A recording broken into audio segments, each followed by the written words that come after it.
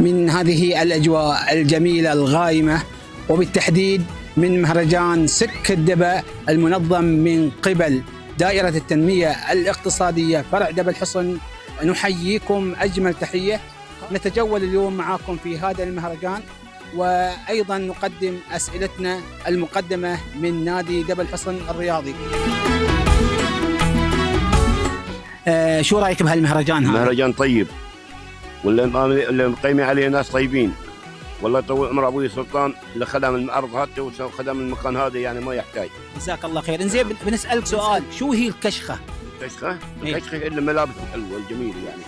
صحيح، والإجابة صحيحة، يعني نقول هذا الإنسان كاشخ، هذا الإنسان مرتب. نعم، يا سلام عليك، يا سلام. وهذه هدية نقدية مقدمة من نادي دبا الحصن الرياضي الثقافي.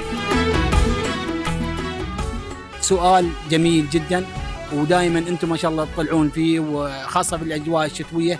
شو هي الكشته؟ الكشته مثل ما احنا قاعدين الحين، الكشته هي الحواطه، الواحد يصير يتمشي ويحوط ويقعد هذه ويبرز بمكان واحد، وهذه هي الكشته. نعم، الكشته هي الرحله، وتستاهل معنا جائزه مقدمه من نادي دبا الحصن الرياضي الثقافي.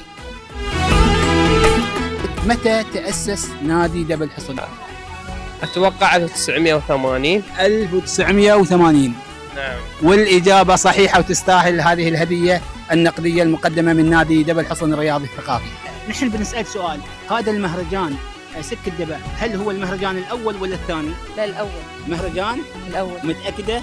أي. والإجابة صحيحة، تستاهل هدية مقدمة، وتستاهلين هذه الهدية مقدمة من نادي دبا الحصن الرياضي الثقافي. بسألك سؤال، يقال إني شجرة، وشجرة هاي تسمى الشجرة المباركة، هل هي السدرة ولا النخلة؟ النخلة. النخلة. متأكد. والإجابة صحيحة، وتستاهل هدية مقدمة من نادي دبا الحصن الرياضي الثقافي.